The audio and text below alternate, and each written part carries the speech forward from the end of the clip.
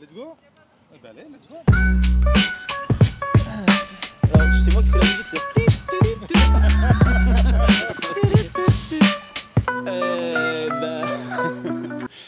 c'est... bonjour à tous, on se retrouve ici au Square des Luttes, hein, ça s'appelle plus le Square Saint-Roch, ça s'appelle le Square des Luttes parce que c'est ici qu'on fait nos émissions. On va parler ensemble, il y a plein de gens qui vont venir parler, j'espère. En tout cas, on a plein de choses à dire. À venir parler. Et non, en fait, on va faire des rendez-vous comme ça et nous, on veut que vous veniez prendre la parole parce que c'est important que notre camp prenne la parole. On ne sera pas d'accord sur tout, mais c'est important qu'on sache les opinions de chacun et qu'on discute, qu'on débatte et qu'on trace une voie pour l'avenir. Voilà. Alors en ce moment, on est en campagne de financement. Au moment où la vidéo va sortir, il restera entre 15 et 20 jours de financement. En ce moment, on est en train d'essayer de s'améliorer au niveau technique, d'essayer de donner une qualité d'image, de fond et de forme de plus en plus grande. Là, il y a la rentrée, je pense, à partir de janvier, qui va donner aussi un sacré coup de boost parce qu'il y a plein de nouveautés qui arrivent, vous verrez. Là, dans les semaines qui arrivent, ça va être annoncé sur les réseaux. Par contre, pour ça, nous, on a besoin de moyens. Donc sur ça, on compte sur vous. Donc n'hésitez pas, il y a le lien dans la bio. En bas de la vidéo, il y aura le lien aussi. N'hésitez pas, comme d'hab, à donner 1 euro, 2 euros, 10 euros, 40 000 euros. On est preneur. L'argent, de toute façon, ne servira que pour le collectif. Et on est tous bénévoles. Donc, plus on a de moyens, plus on propose de contenu. Et voilà. Et je veux annoncer, aujourd'hui, c'est un grand jour parce que vous voyez, on a pris une étape de fou. On a du café pendant l'émission. Je tiens à préciser que c'est pas grâce à Alexis. Merci pour le café. Hein. Merci.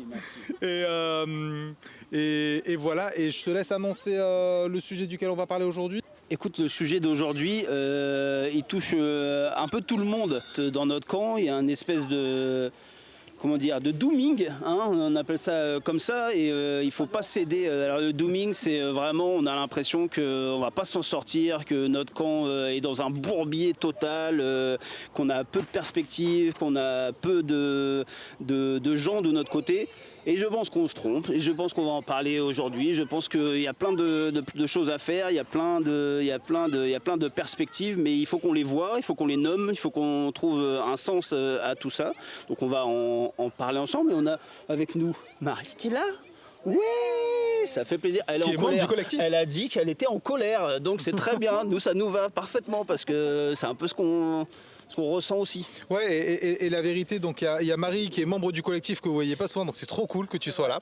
Et sachez aussi que c'est elle qui a amené le sujet parce qu'on en avait tous un peu ras le cul. C'est toi qui as dit, moi j'en ai ras le cul, il faut qu'on en parle. Tom aussi en avait parlé. Et Tom aussi, mais ils ont rien compris. Il avait dit qu'il voulait pas. Je te laisse justement peut-être te présenter et dire pourquoi en ce moment t'en as marre et de où on part quoi un peu. Ok, pas facile de commencer. Du coup, oui, je suis Marie. Je sais pas, j'ai pas besoin de présenter mon métier ou autre, mais je suis simple citoyenne. Je suis dans le collectif Le Havre des Luttes. J'ai participé au mouvement du 10 septembre, Bloquons tout, Indignons-nous. Je suis havraise depuis 13 ans. Je viens de Rouen à la base.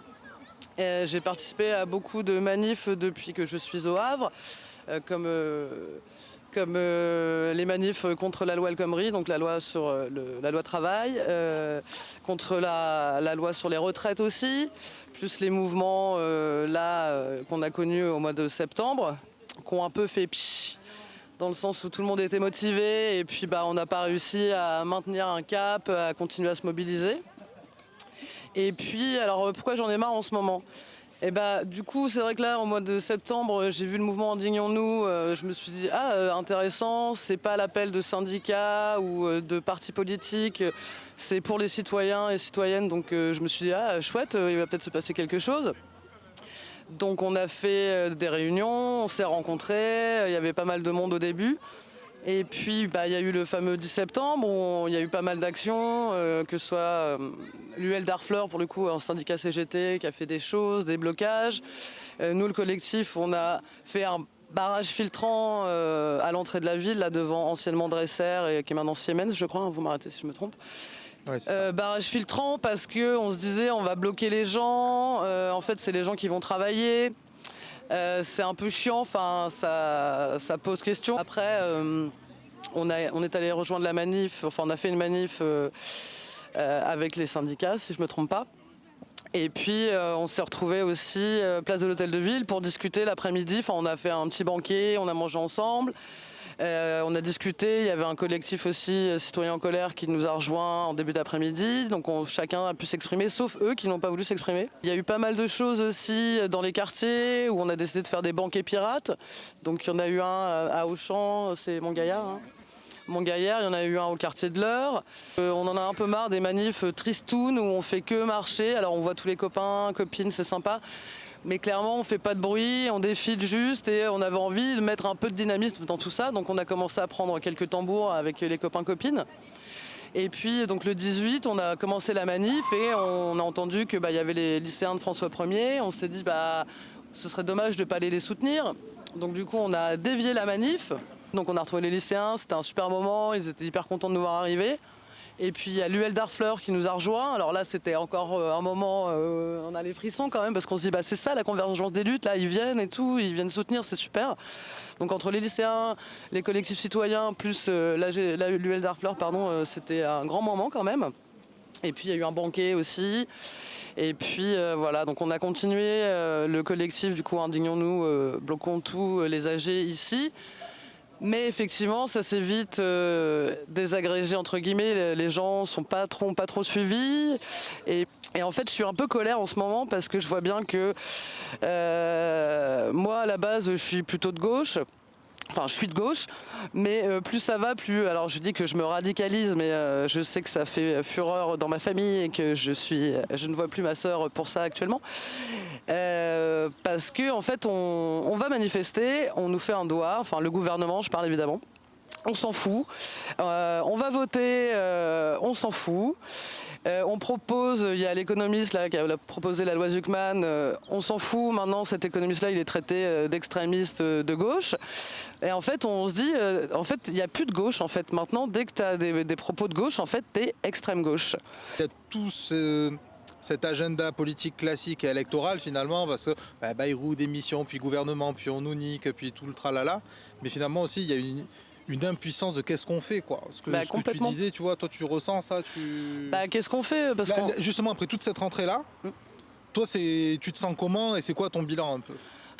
J'ai rencontré des gens que je ne connaissais pas. On se retrouvera forcément dans d'autres luttes, comme c'est le cas en fait. Quand je suis arrivée au Havre, j'ai rencontré des amis. On se retrouve tout le temps dans les manifs, dans les luttes, etc. Mais c'est vrai que on se dit qu'est-ce qu'on peut faire en fait, parce que on va faire des manifs, on essaie de se rassembler, de faire des événements citoyens, et puis de se retrouver dans des valeurs en fait communes à tout le monde, quoi. Enfin, moi, j'en ai marre. Depuis 20 ans, en fait, tous les gouvernements français ont fait que niquer la santé, l'éducation, le social. On voit bien, vous avez fait une émission avec Thiers et Oumar. Avant, dans les cités, il y avait des assos. Il y avait... alors, les anciennes fabriques, c'était les Clecques, je crois. Et ces gars-là, ils nous disaient, nous, on vient de ces assos-là, en fait. Il y avait des gens, des éducateurs qui étaient là, qui vivaient avec eux, qui les sortaient, qui faisaient des actions culturelles avec eux. Nous, on a un pote qui était batteur, qui faisait partie d'une asso qui s'appelait Trait d'Union, je crois. Qui emmenait les gosses, en fait, ils prenaient un van, ils partaient l'été, donc ils faisaient du tambour et ils allaient dans les villages faire du tambour. Et les parents, ils les laissaient partir et... je les ai vus se recroiser, c'était waouh, t'es là et tout, incroyable. C'est des super souvenirs et ça les a sortis aussi de leur carcan, je pense, dans les cités. Mais on voit bien que en ce moment, l'État fait tout, entre Marlène Schiappa qui a fait son pacte républicain, ou toutes les assos en fait qui sont pour l'écologie, les assos queer, LGBT et tout, on leur supprime leur lieu parce que vous ne respectez pas le pacte citoyen, on leur arrête carrément les subventions. Et en fait, qu'est-ce qu'ils veulent en fait? Parce que ces gens-là maintenant sont fichés S. Donc tu vas manifester à Sainte-Soline, on a vu les images là qui sont sorties sur Mediapart, mais c'est affligeant. Quand on voit que les keufs, les propos qu'ils ont, mais c'est incroyable, c'est complètement révoltant. Quand on voit là, il y a Pierre-Emmanuel Barré, on en parlait juste avant, qui a fait une chronique justement sur Sainte-Soline et les violences policières. Là, il vient de se prendre une plainte justement pour avoir comparé la police à Daesh, mais en fait, parce que bon bref, quand on voit qu'il y a une école en France où il y a des gens qui ont mis un papier, les Arabes planquez vos gosses, on va les buter, fils de pute.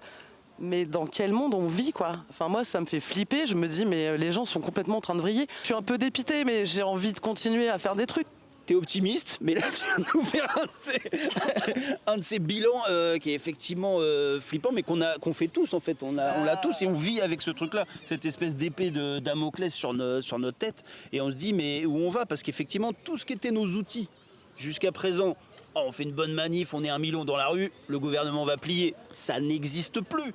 On a beau être hyper nombreux dans la rue, plus rien ne fait. C'est-à-dire que le dialogue social n'existe plus. Tout ce qui était nos outils faciles de notre camp ne fonctionne plus, non plus de prise. Donc c'est-à-dire qu'on avait envie, nous, que le 10 septembre, ça soit massif, ça soit bien, mais on savait dès le début, on avait déjà pré-shot le truc, que ça allait faire pchit.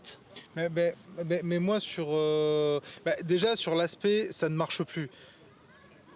Moi, je suis un peu plus jeune que vous. Pas beaucoup plus, mais un peu plus jeune que vous. C'est la vérité. C'est désagréable. Allez, voilà, direct. Mais non, mais la vérité, c'est que j'ai pas de souvenir d'un mouvement social qui ait vraiment marché. On a pu faire reculer des choses, mais ça fait longtemps. Moi, ce bilan, le 10 septembre, tu le dis, t'as raison, nous, on préchotait déjà le truc. Déjà, nous, on s'est fait insulter, toi et moi, parce que tout le monde nous disait vous allez aller avec un mouvement d'extrême droite si vous y allez. C'était quand même ça le cas. D'ailleurs, après, on va profiter parce que vous ne savez pas, mais aujourd'hui, on a un peu de monde qui est venu. Voilà. Donc peut-être qu'il y a des gens. Et il y a des gens qui étaient là pour le 10 septembre, qui l'ont vu de proche ou de loin, qui vont pouvoir donner leur avis. Peut-être même sans passer dans la caméra, vous direz ce que vous en pensez. Et moi, il y a un truc, c'est aujourd'hui que la réflexion m'est venue. Ça fait aussi des années où on lutte beaucoup sur le pourquoi on lutte. Tu vois, les objectifs de la lutte, qu'est-ce qu'on veut? Et donc, Macron démission, on veut la retraite à 60 ans, on veut une meilleure vie, on veut l'égalité, mais rarement on se pose la question du comment. Et pas du comment on lutte, mais comment dans notre lutte on arrive à on est surtout beaucoup en réaction, en fait, en résistance, en fait. Ouais, c'est-à-dire que c'est pour perdre le moins de choses possible, quoi. On est en réaction et on est en résistance. Moi, première réunion massive du 10 septembre, il y a quelque chose qui m'a choqué. Quand j'ai la première réunion massive, c'est parce qu'il y en a eu d'autres, on était très peu nombreux tout, et il y en a une où avant le 10 septembre, tout le monde est venu. Moi, il faut être honnête avec nous-mêmes, il n'y avait que des syndicats et des gens de parti quasiment. Et allez, on va dire 10% peut-être de citoyens. Et tout le monde était d'accord pour dire non, mais on n'est pas des citoyens, on n'est que des citoyens. Les partis et les syndicats n'ont rien à voir. Alors que tous, dans leurs différentes canaux de communication, ils ont parlé de ce qu'ils allaient dire, ce qu'il fallait faire, comment ils avaient tous un regard stratégique par rapport à ce 10 septembre. Et ils sont venus en se mentant à eux-mêmes et en nous mentant en mode non, mais on n'est que des citoyens. Et tu avais le chef de file de l'un, plus le responsable syndical de l'autre qui se balançait la balle et qui parlait entre eux, mais que en tant que citoyens. Et nous, on sentait, enfin moi je sentais en tout cas que la NIC, elle allait se faire. Nous, on est les seuls d'ailleurs qui se sont présentés en tant que des luttes. On a fait voter le droit de pouvoir filmer, de ça, c'est normal. Les gens, ils n'ont pas, voilà. Mais moi, je sais que j'ai eu beaucoup de débats avec des camarades de partis, des camarades de syndicats et tout ça. Et très vite, on s'est fait niquer. On en est arrivé à des moments absurdes. Tu parlais des citoyens qu'il y a eu à la place, qui nous ont accueillis super gentiment. C'était un super beau moment. On a échangé et tout. Et je sais pas si vous vous rappelez la réunion qu'on a eue ici. À un moment donné, vient l'histoire du tract. Et sur tu peux en parler. Ouais, tu veux en parler, vas-y, je te laisse en parler. Oui, parce que justement, j'avais le tract donc enfin, je sais pas si c'est une association ou un collectif en tout cas qui s'appelle Citoyens en colère. Donc ils nous ont retrouvés, comme on disait tout à l'heure, place de l'hôtel de ville. Ils avaient une petite tente, du café et tout, des drapeaux bleu, blanc, rouge. On s'est dit bizarre, mais il y avait quand même un mec qui avait un t-shirt de reggae, donc je me suis dit, bon, ils sont peut-être du bon côté. Et bon voilà, ils nous ont bien accueillis, on a discuté vite fait avec eux, mais ils n'ont pas voulu s'exprimer. Et après, ils nous ont donné leur tract. Donc j'ai gardé le tract et je lis qu'en fait, ils sont contre l'éducation à la vie affective et à la sexualité, le programme donc du gouvernement dans les écoles, etc. Ils sont contre dès la maternelle, je précise, je trouve que ça a son importance. Dès la maternelle. Donc ça me fait tiquer déjà, je me dis, va falloir qu'on les recontacte pour discuter de ça. Et ils sont aussi contre les zones à faible émission. C'est ça, les ZFE. Voilà, ZFE, c'est ça. C'est ça. Donc je me suis dit, c'est bizarre quand même. Et je crois qu'il y avait à peu près que ça sur leur tract en fait. Après, il y avait le RIC, justice, égalité, voilà. Paix. Il y avait aussi la question de Betaram, la lutte contre ce qui s'est passé à Betaram. Voilà. Je crois qu'il y avait aussi des trucs sur la question européenne. Non, il y avait il y avait peut-être plus que ça, ouais. Ouais, il y avait un peu plus, je me souviens. Et le gros truc central, parce que je me rappelle, c'était en gros le gros macaron jaune. Les deux éléments principaux, c'est qu'ils se revendiquaient de l'origine des Gilets jaunes. Et le RIC, voilà. Donc le RIC, tu peux référendum d'initiative populaire, citoyenne, pardon. Citoyenne. Et bref, tout ça pour dire que moi je me suis dit bon bah faudrait quand même qu'on les recontacte pour discuter de tout ça parce que moi je suis maman, je sais qu'il y a eu un mouvement aussi justement contre l'éducation à la vie affective et à la sexualité dans les écoles. En fait, il y a eu une journée où il y avait un collectif qui appelait à ne pas mettre ses enfants à l'école pour manifester leur opposition à ce programme. Donc il y a une maman parce que je suis représentant des parents d'élèves dans l'école de mon fils. Et elle me dit, est-ce que vous avez entendu parler de ça? Donc, je me dis, tiens, bizarre. Donc je vais voir, effectivement, je vois un truc avec plein de couleurs. Ne mettez pas vos enfants à l'école ce jour-là. Donc je lui réponds, bah oui, effectivement, il y a ça, mais est-ce que vous avez lu le programme en fait complet? Donc je vais sur le site du gouvernement, je trouve le programme. Voilà, avec la maternelle, c'est plus une découverte de leur corps, du consentement, que les adultes n'ont pas le droit de toucher leur corps. Voilà, enfin le harcèlement, etc. Donc je dis à cette maman, bah moi en tout cas, ça ne me pose pas du tout de problème, bien au contraire. En plus, c'était justement pendant l'affaire Bétaram et tout. Moi, je veux que mes gosses, ils savent que leur corps, que les adultes n'ont pas à toucher leur corps, ce que c'est, enfin voilà, le consentement, etc. C'est primordial pour éviter ce genre de merde, quoi. Donc voilà. Après, on les a pas revus, ce collectif, mais non. Et moi, je me souviens, en fait, moi, ce qui m'a choqué, c'est pas tant ça, parce que je sais que c'est un sujet. Et alors, nous, en plus, dans le milieu queer, on sait que c'est un sujet compliqué sur lequel justement, on essaie de faire de la pédagogie, d'expliquer aux gens. Moi, c'était pas ça ce qui m'avait choqué.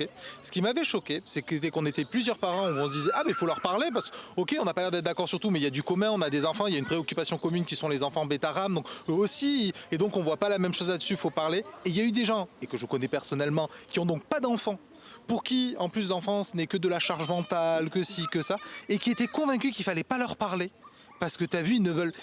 Et moi je me rappelle de ce moment-là de putain les parents qui ok sont pas forcément exactement des mêmes bords politiques, on a du quoi. Nous on voit complètement la normalité de se parler parce qu'on voit du commun et d'un coup il y a une espèce de, moi c'est ce que j'aime bien appeler la gauche pure, hein, la gauche pure et parfaite qui vient dire la science infuse. Oui tu vois c'est la gauche immanente d'elle-même, les idées sont là et qui vient dire non. C'est facho, on peut pas parler, on peut pas. Et moi je sais que moi c'est le point névralgique de ce mouvement-là, ce que j'en retiens qui m'a le plus choqué, c'est ce moment-là où je me suis dit en fait on ne veut pas essayer de démêler des nœuds, de se comprendre dans la population de notre camp. Parce que tu vois, vous parlez depuis tout à l'heure, et ce que je comprends, je suis d'accord avec vous sur comment on nous laisse plus rien faire. Mais moi, j'aime bien regarder notre camp parce que je me dis, si les gens vont vers l'autre, c'est que le nôtre est pas très appétissant non plus, des fois, et pas très. Alors, moi, j'avais envie de ça aussi. Enfin, tu vois, moi, je suis pour aller discuter avec des gens de droite, alors pas des gros fachos. Mais je sais même pas s'ils se disent de droite. Pour moi, je pense qu'ils se disent même pas de droite. Non, mais peut-être. Mais tu vois, de discuter avec eux pour échanger, avoir leur point de vue aussi, parce que clairement, si on veut rallier des gens à notre camp ou faire évoluer les mentalités, etc., faut discuter en fait, faut créer un lien de confiance, faut parler quoi. Et on l'a pas encore fait, mais j'espère qu'on aura l'occasion d'aller faire des faut qu'on en cause dans les quartiers aussi, tu vois, pour essayer de rencontrer les gens là-bas et de leur donner la parole et d'échanger. Et même si on se comprend pas, bah déjà on discute et mine de rien, les idées font leur chemin, etc. Donc je pense que c'est hyper important. Et moi, il y a plein de gens de gauche aussi qui me disent ah et moi je parle pas aux gens qui votent RN et tout. Bah mec, je pense ou meuf, je pense que t'en as dans ta famille des gens, t'en as autour de toi des gens qui votent RN. Donc je trouve ça un peu dommage de pas vouloir se confronter aussi aux autres en fait, à leurs idées. Pourquoi ils votent RN en fait? Est-ce qu'ils ont pas de thunes? Est-ce qu'ils ont eu des soucis?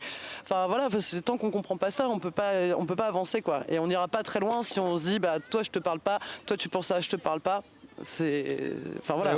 Mais moi je suis d'accord avec toi, d'autant plus que souvent il y a cette idée, tu vois, de ah ouais mais vous voulez travailler avec des fachos et mais non, parce que moi si je veux leur parler, c'est pas parce que je pense que je veux leur parler en tant que ce qu'ils représentent comme idée, mais en tant que je pense que je peux les convaincre. Ouais, bah, et on est d'accord. tu vois, et à partir du moment où ils seront de gauche, ils seront plus. Enfin, je ne les pense pas par essence. Alors évidemment, je vais pas parler à des cadres RN, j'irai pas parler, mais on peut pas avoir plus de 40% de la population qui vote à droite, voire même plus de 50% des votants. Si on compte tous les partis, on est à 60% d'électorat qui pousse vers une droite réactionnaire.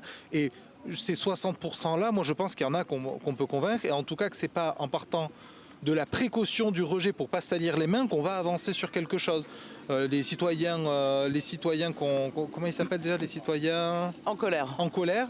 Typiquement, moi je disais que ce soit sur leur tract.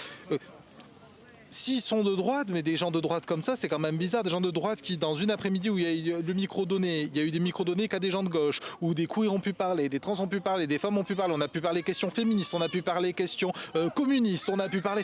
Et tout allait bien, je me dis franchement, c'est ça nos ennemis, des gens avec qui on peut, qui acceptent qu'on discute, qui nous tendent le micro, qui nous donnent leur matos, qui nous créent un cadre. Et ok, on n'est peut-être pas d'accord avec tout, mais entre des camarades complets ou des ennemis, je me dis il y a peut-être un entre-deux où on peut apprendre à se connaître et se laisser du temps, quoi. Tout à fait. Tu vois, je sais pas.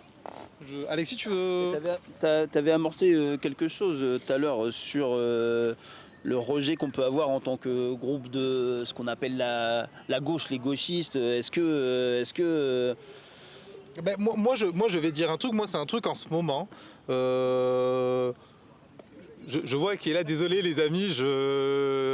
Ça va peut-être être un petit peu chelou. Moi, depuis une semaine, 2 semaines, j'en parle pas mal avec des amis proches et tout ça. Moi, je viens pas de la gauche. Tu le sais, je le dis souvent. Et je viens pas de ce milieu social-là. Tu vois, ce que de loin on dit ou les bobos ou les... Ouais, c'est quoi ça? Attends, mais du milieu politisé déjà à la base. C'est-à-dire, tu vois. Non, mais... On peut en parler. Voilà, non mais... Et je sais que je suis pas le seul. Je sais que je suis pas le seul. Et quand j'en parle avec d'autres, de plus en plus je me rends compte que... moi je sais que je me sens pas représenté par la gauche sous plein de choses. Que les idées dans l'absolu, oui, mais la façon de les mener, la façon d'avoir un rapport aux gens condescendant, puriste, où on ne cherche pas à trouver des gens avec qui construire un projet commun, il faut que le projet commun soit déjà complètement préexistant chez les gens à qui on parle. C'est ce qui est impossible à demander aux gens. C'est impossible à demander aux gens. Et je me dis, on en arrive dans des absurdités où on ne pourra de toute façon pas construire un camp de cette façon-là. Cette rentrée typiquement a été la rentrée où on a voulu faire un truc massif, un mouvement social de colère et tout ça. Et dans les réunions, je pense qu'on était un cliché de nous-mêmes. Moi d'ailleurs très vite j'ai quitté, enfin pas très vite, mais moi j'ai quitté le navire où à un moment donné j'ai exprimé le pourquoi. Et je voyais que les gens, et c'est en ça que... Et ils comprenaient pas, certains, ils étaient là en mode mais non, mais... Eh ben, très bien. Et je me demande comment on ne peut pas des fois faire le bilan on est de moins en moins très vite de réunion en réunion, c'est-à-dire ça fond comme une glace en plein été, et on se dit mais c'est que la faute des autres et de l'extérieur, nous on n'y est pour rien. Oui, mais la première réunion et la deuxième réunion et tout ça, on n'était que entre nous, mais aussi parce qu'effectivement, il y a plein de gens qui se mobilisent pas. Un peu moins qu'aux réunions d'après, les 10%. Oui, on réduisait, oui, mais d'accord, mais dès le départ, il y avait quasiment que des gens qui étaient habitués aux manifs, habitués au truc. Alors, en fait, il y a quand même un problème de... Vas-y. Il y a quand même un problème de plein de gens qui sont en colère, qui en ont marre de ce système-là, mais qui ne viennent pas, qui ne font pas le pas de venir quand même. Tu vois, il faut que, et peut-être que c'est parce que nous, on les rebute, je ne sais pas. Je sais pas si c'est les formes de lutte qu'on a qui les rebutent. Je ne sais pas si c'est les moyens d'action. Je ne sais pas ce qu'il fait. Mais... une anecdote ? Je te laisse la parole juste après. Moi, anecdote, je me suis retrouvé à côté d'une personne que je ne connais pas. Je sais qu'elle est de gauche, de milieu plutôt écolo, qui d'ailleurs avait dit après qu'elle avait voté Macron aux précédentes élections et qu'il est déçu. Et tant mieux, il est déçu, il vient à gauche. Enfin, franchement, pour moi, c'est pas un reproche que je fais. Mais par contre, à un moment donné, dans la réunion, je fais, vous savez, les gens précaires, là, on a plus de 10 millions de personnes en dessous du seuil de pauvreté. Les gens, ils sont très fatigués, ils sont énervés. Et là, il me coupe, il me fait, non, ils sont pas fatigués. Ils sont fâchés, ils sont révoltés, mais ils sont pas fatigués, les gens. Et le gars, il avait une tête à gagner plus de 5 000 € par mois, tu vois. Et j'avais envie de dire, frère, toi, t'es pas fatigué, c'est bien pour toi, tu vois. Moi, je suis crevé, j'en peux plus de la vie. Et en plus, tu viens de dire, Et on va voir quelqu'un qui va prendre la parole. Et ben, on t'écoute, vas-y, je t'en prie. Merci. Alors moi, je voulais juste revenir sur un point. Alors, nous, on vient d'arriver, donc le 3 septembre, on finissait l'emménagement et on est venu. Et c'était une discussion justement sur la journée du 10. Là.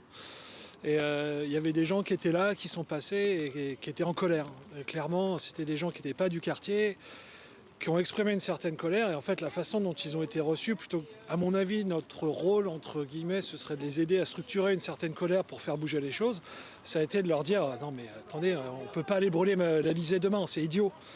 Et en fait, à les prendre de haut comme ça en permanence, je pense qu'en fait, on continue plutôt à se regarder à l'intérieur, à se dire ah t'es pas assez de gauche, t'es pas de la bonne gauche. Et en fait, on finit à 30% depuis je sais pas combien d'élections. Et on laisse les gens qui, justement, ont un discours plutôt à leur dire mais vous avez raison d'être en colère, venez avec nous, et bah, du coup à la fin je pense qu'on se fait niquer. Et je ne sais pas comment changer ça. Alors, voilà, donc, je pense pas qu'on ait de solution, hein, mais moi ça m'intéresserait de voir un peu tout ça, parce qu'effectivement je pense que si on s'engage pas avec ces gens qui sont en colère, moi je suis en colère, ma femme est en colère, pas que contre moi mais contre le monde aussi, et je pense qu'à un moment il faut qu'on essaie de trouver des moyens de faire autrement. Et moi ce que j'avais aussi trouvé assez épatant dans cette réunion-là, c'est que quand il y avait des propositions d'actions différentes, alors, par exemple tu avais proposé de plutôt faire un déjeuner bloquant plus ou moins sur la place de l'hôtel de ville, il y a tous ces gens qui sont des vieux de la vieille de la lutte qui disent non mais ça c'est complètement con, on va faire une manif. Et effectivement en fait les manifs ça marche plus. Et comment faire pour changer ça et comment faire pour changer les luttes? Et moi j'ai pas de solution, mais j'aimerais bien aussi avoir un peu des points de vue différents en fait. Ouais, mais déjà rien que le fait d'en parler, déjà ça permet de... Ben, merci beaucoup en tout cas. Moi aussi j'étais là justement à ces réunions où il y a des jeunes qui n'étaient pas forcément là pour la réunion, qui zonaient dans le parc, qui sont venus parler en fait, dont un à qui m'avait taxé une clope juste avant, je lui avais taxé du feu et qui me dit ouais c'est quoi, donc je lui explique qu'on est là, on n'est pas content, on prépare la manif etc. Et qui est venu expliquer lui sa vie en fait quoi, qu'il est au RSA, qu'il trouve pas de taf, que c'est la merde. Alors c'était peut-être des fois maladroit, mais et un autre pareil qui trouvait pas de taf, qui cherchait des missions d'intérim et tout, qui a dit allez brûler, qu'est-ce que vous faites là, vous faites rien, faut aller à Paris, faut aller brûler l'Elysée. Et moi je me suis dit en fait tu vois c'est des gens comme ça, des gens désespérés qu'il faut qu'on aide, non, mais à qui on dise ouais, mais il faut qu'on fasse des choses, mais peut-être pas aller brûler l'Élysée tout de suite. Tu voulais prendre la parole? Oui, merci. Du coup, moi, j'avais une petite réflexion par rapport à ce qui a été dit. C'est vrai que le 10 septembre, ça a souvent, à mon avis, aussi eu l'effet d'un fantasme, un peu comme il peut y avoir souvent à gauche de cette idée du grand soir qui n'arrivera jamais finalement. Et je rejoins Alex dans l'idée que les mouvements sociaux sur les 10, 15, 20, 30 dernières années, finalement, ils n'ont pas donné grand-chose. La tendance, elle est à une société de plus en plus individualiste de droite. Ça ne veut pas dire que forcément que l'individu, c'est mauvais, mais une société de droite individualisée, atomisée, avec de plus en plus de difficultés à faire sens et collectif. Et du coup, là-dedans, dans tout ça, la politique, c'est souvent finalement juste un spectacle avec la promesse d'une élection tous les 2, 3, 5 ans, et l'idée qu'on va élire un chef ou un super-héros, mais qui est en train de se ternir cette idée-là, mais qui est quand même encore très présente. Et du coup, on y souscrit, hein, nous tous et nous toutes, moi je trouve, à ce spectacle-là, parce que on va dire un tel, il est comme ci, il est cela. On va s'intéresser à la personne, à sa pseudo-personnalité, ou plutôt à la personnalité qui a été construite médiatiquement, mais pas du tout à ce que concrètement cette personne-là mettra en place pour qu'on vive ensemble. Et vous avez dit à plusieurs reprises, et c'est ce qu'on constate tous et toutes, c'est que le tissu social, associatif, les collectifs, tout ça, il se délite. Et peut-être que pour moi, avant que les gens, est-ce que déjà les gens doivent militer? Je ne suis pas sûr. Mais avant que les gens, pour moi, que les gens aient une réalité politique, c'est qu'ils existent politiquement. Et pour exister politiquement, ça passait aussi par l'associatif, ça passait par des lieux de rencontre, par des espaces disponibles, en fait, des espaces disponibles, mais des espaces qui sont disponibles parce qu'on a le temps de s'y rendre, et on a le temps de s'y rendre aussi parce que on n'est pas préoccupé par beaucoup d'autres choses qui nous bouffent notre temps. Après, moi, je me reconnais tout à fait dans les personnes déjà politisées, bobo, et je suis plutôt assez en colère contre des personnes qui ont accès à une certaine lecture de la société et qui continuent de la voir pas comme il faudrait, selon moi, quoi. Enfin bon, bref. Je suis complètement d'accord, oui, on perd tellement de choses, mais je pense que moi, une des choses qui m'a fait le plus plaisir récemment, c'est ce qu'on fait nous au Havre des Luttes, et j'invite les gens à faire, même s'ils ont l'impression que c'est petit, que c'est pas grand-chose, mais en fait Là, dans l'émission justement de Tiers-Monde et Oumar, la grande idée, c'est l'idée de faire des ponts, quoi. C'est de faire des ponts, de réussir à créer, même là où on a l'impression, là on va bientôt faire une émission, j'espère, avec les... Ça sera coupé au montage, ça c'est des surprises. C'est coupé. C'est l'idée de faire des ponts, même parfois là où on s'y attend pas du tout, sans rien spoiler. Mais je pense que c'est vraiment la clé, parce qu'en fait finalement on est tellement nombreux à avoir les mêmes soucis, les mêmes problèmes, les mêmes... Mais c'est drôle parce que tu dis là où on s'y attend pas. Moi je sais pourquoi, parce que toi tu sais où est-ce qu'on va tourner comme épisode. Mais en vrai, moi je pense, que socialement, structurellement, c'est là qu'on devrait être et qu'on devrait nous Bien attendre. sûr, non, mais bien sûr. Moi je vois. Mais c'est tu surtout vois, c'est là où on va faire peur. Oui. Parce qu'en fait, moi, ce que je vois dans nos émissions, il y a des fois. Ouais, non, mais il y a des fois, des connexions qui se font. Et je sais que ça fait peur au camp d'en face. Mais Parce alors, qu'ils se disent, si eux, ensemble, se mettent ensemble, wow, on est dans la merde. Mais alors justement, ben ouais. Et ça tombe très bien parce que je vais me permettre de rebondir. Tu vois, il y a Thiers la dernière fois qui disait le problème de la gauche, c'est que en fait, tout ce qui est populaire devrait être de gauche, ou elle devrait en tout cas se l'accaparer comme telle. Moi je suis 200% d'accord avec lui sur ça. C'est vraiment, je pense même que ça résumerait, limite, il a mieux résumé que personne le truc que je disais au début de comment on rejette les gens avant d'eux, comment tu vois. Et en fait, voilà. Et il y a un autre truc dont vous avez parlé, dont tu as parlé, waouh, j'ai failli donner les identités secrètes. Bref, dont on a tous parlé, c'est sur le tissu associatif. Moi, je sais qu'il y a quelque chose aussi qui induit énormément ce dépit et cette dépression politique, c'est que on nous envoie au Patiac Sud-Ouest, on nous envoie se taper quoi. Ouais, excusez-moi. On l'a pas là. On n'a pas compris. Non, mais vous allez vous adapter, on nous envoie au Patiac. Parle en cauchois ou fais un effort. Non, on nous envoie au combat, on nous envoie nous épuiser, on nous envoie à la lutte. J'ai l'impression quasiment que pour des miettes qui changeront pas nos vies. Et surtout, il y a ce côté pour la gloire, qui donc est beau, qui oui, peut allumer des flammes le temps d'un discours, mais sur le long terme, c'est très démobilisant. Quand on nous envoie pour la lutte pour les retraites, mais avec la CFDT devant, on nous dit vous allez y aller pour la gloire, mais à la fin on négocie, parce qu'on envoie les négociants à la tête. Quand là, pour la rentrée, finalement, les syndicats, ils sautent au 18, ils prennent le dessus pour qu'on se retrouve. Vous étiez pas là, mais moi j'avais fait la réunion des syndicats où ils invitaient tout le monde au Havre, je précise, par Harfleur, qui eux sont beaucoup plus combatifs, qui invitent tout le monde et qui disent non, mais c'est pas facile, mais faut se dire toute mobilisation est bonne. Voilà. Et puis moi j'ai ce réflexe de me dire ok, je vais foutre un cierge à l'église, ce que je dis tout le temps, et puis c'est ma mobilisation, et puis elle est bonne. Alors qu'on fait même pas l'analyse du fait que certaines mobilisations peuvent au contraire être démobilisantes et déprimer les gens quand on les envoie. Et par contre, localement, sur le fait d'essayer d'avoir des locaux, sur le fait d'essayer d'avoir du pouvoir, sur du contre-pouvoir par rapport à nos mairies, par rapport à des lieux, par rapport à que ce soit des lieux culturels. Moi je pense à ton secteur qui prend de plus en plus cher, des lieux de lutte, mais dans le sens où on va pouvoir construire nos luttes, parce qu'on va pouvoir réfléchir avec des paroles libres, Au Havre, la vérité, on n'a pas un seul lieu de gauche libre de mairie.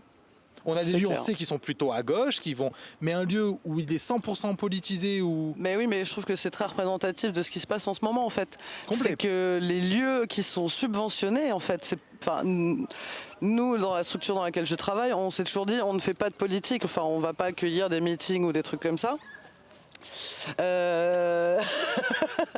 Même si on a fait les 130 ans de la CGT il n'y a pas longtemps, mais c'était pas un parti politique. mais non, mais je repense aussi par rapport à la CGT. Surtout des saucisses. À la CGT, faut pas se leurrer et se remettre peut-être en question aussi. C'est qu'il y a beaucoup de gens qui votent RN aussi dans la CGT et dans les gens syndiqués. Donc, il faut peut-être comprendre pourquoi aussi. Et donc, je reviens à mon idée, c'est que les lieux culturels, maintenant, ils sont sous perfusion en fait, de subventions. Et que on voit bien ce qui s'est passé en Loire-Atlantique. Si tu commences à l'ouvrir et que tu es dans l'opposition, on peut te dire t'es mignon, t'as parlé d'Édouard Philippe là, vas-y tu dégages, tu as ta subvention. Et là c'est des gens qui sont aussi licenciés économiquement et tout ça. Et c'est comme ça qu'ils font peur aux associations. Donc maintenant c'est vous caressez tout le monde dans le sens du poil et faites pas d'accro parce que sinon on va vous tomber dessus. Oui, mais est-ce qu'à un moment donné, vous ne pensez pas qu'il faut que nous aussi, on prenne la responsabilité à gauche, au lieu de nous s'épuiser là où on nous envoie sur des mots d'ordre flous, sur des choses. Nous, ce que tu disais entre deux luttes, on est scindés. on est soudés à l'agenda politique électoraliste et à l'agenda syndical. Et moi, je veux bien leur reprocher tout. Mais nous, de notre côté, comment ça se fait? Nous, on le voit au WAF des luttes, nous, on a fait le choix au WAF des luttes. Quoi qu'il arrive, on fait des choses. C'est-à-dire agenda politique ou pas agenda politique. C'est ce qu'il faut faire en fait. Oui, mais moi je vois comment par exemple pour nous, c'est beaucoup plus dur de faire des choses à partir du moment où leur agenda à eux n'est pas actif, parce que tout le reste de la société les suit. Oui. Tu vois? Et c'est pas un truc de reproche, c'est mécanique. Est-ce que nous, faut pas qu'on commence à sortir dans notre camp de cette logique-là et de quoi qu'il arrive, avoir nos agendas locaux, nos agendas, tu vois, avec Oumar Etière, on parlait de faire des ponts, mais je sais que chez les queers, c'est aussi une question de faire les ponts, que je sais que chez les féministes aussi. Mais justement, est-ce que tous ces temps-là, il faut pas faire des ponts, mais créer une logistique de la lutte concrète, c'est-à-dire, ok, des ponts, quel local, comment, quel matériel on collectivise, quel truc on collectivise, comment est-ce qu'on fait, quel lieu de débat on a, quel lieu... Que quand les moments de lutte arrivent, en fait, c'est un point de plus sur l'agenda. Mais moi, je n'arrive plus à expliquer aux gens, je me bats beaucoup avec les partis quand ils font ça, de tout concentrer sur le vote. Et si tu vas voter, tu vas militer. Moi, à chaque fois, ce que je dis, c'est non, va voter, c'est bien de le faire. Par contre, militer, ça veut dire que tu défends une cause ailleurs dans tes moments de vie. C'est pas au moment de voter que tu milites. Au moment de voter, tu t'exprimes une opinion politique, ça passe, ça dure un jour, mais c'est le reste du temps où il faut s'impliquer dans d'autres questions. Moi, je te parle de l'imagination, réinventer ce que on essaye de faire à côté, à écrire des trucs, des machins, mais on vit pas. Mais moi je suis pas d'accord. Il y a des choses, il n'y a pas à les inventer. On n'a pas de locaux. Comment ça se fait qu'on n'arrive pas dans nos milieux à nous, où oui, on est des milieux non, mais plutôt je te parle d'un imaginaire de gauche, moi je te parle pas de...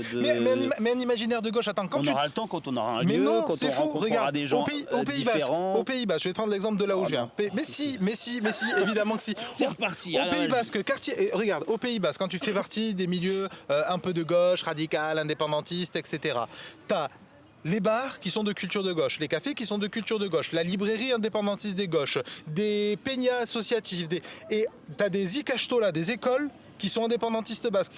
C'est-à-dire que tu peux faire toute une vie où tu as 50% de ta vie minimum qui baigne dans ton quotidien, dans ton milieu politique que tu veux construire. Et donc, il se construit à travers ça. Il n'y a pas une grande imagination. À un moment donné, ça se passe sur des questions logistiques. On s'organise collectivement pour avoir des lieux. Puis après, on s'organise collectivement pour avoir des bars. Puis pour avoir des écoles. Puis pour avoir des formations. Puis là-bas, le problème de la langue est une problématique. On va louer des locaux, chercher des profs. Comment est-ce qu'on organise ça? À un moment donné, moi, je veux bien l'imagination, mais c'est ce que je disais tout à l'heure, on réfléchit toujours le pourquoi et le comment, c'est un peu chiant. Parce que ça demande de se mettre autour de la table, de trouver des accords économiques, de trouver où administrativement le droit et tout ça. Mais le comment, on ne le fait pas. Faut trouver les moyens aussi. Et les personnes, pas ressources, mais tu vois, tu parles de bars. Au Havre, tu vois, il y a quelques bars qui sont identifiés un peu de gauche. Mais par exemple, pour la culture queer, LGBT, je vois pas de lieu, de bar où on peut se retrouver. Il n'y a pas trop de librairies non plus de gauche. Voilà, moi à Rouen, je sais qu'il y avait... Il y avait une librairie, il y avait un restaurant, la Conjuration des Fourneaux, où ils faisaient beaucoup de choses. Tu pouvais venir manger pas cher. Enfin, il y avait et voilà. Mais ça, peut-être, ça va se faire parce qu'on voit bien que de toute façon, on pourrait demander à Édouard Philippe. Il y a eu l'idée qui a été lancée. Mais moi, je pense qu'il ne faut pas leur demander. Ils nous diront non. Ils auront raison. C'est leur projet politique. Et moi, je pense que, tu vois, nous, pareil, on a monté un collectif féministe là, au mois de septembre qui s'appelle le Gars Club.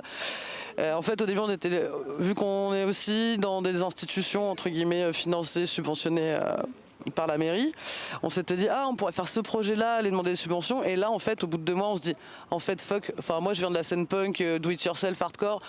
On s'est dit mais non, en fait, on va se faire plaisir. On va pas demander des subs. On va mettre 10 balles de côté. On va faire des campagnes de crowdfunding. Et aussi, il faut que les gens si vous avez envie de militer, ça passe aussi par la thune et par le temps d'imaginer et tout ça, d'arrêter d'être tout le temps dans l'action, la réaction, toi t'es bon, toi t'es méchant, toi t'es bizarre, toi t'es machin.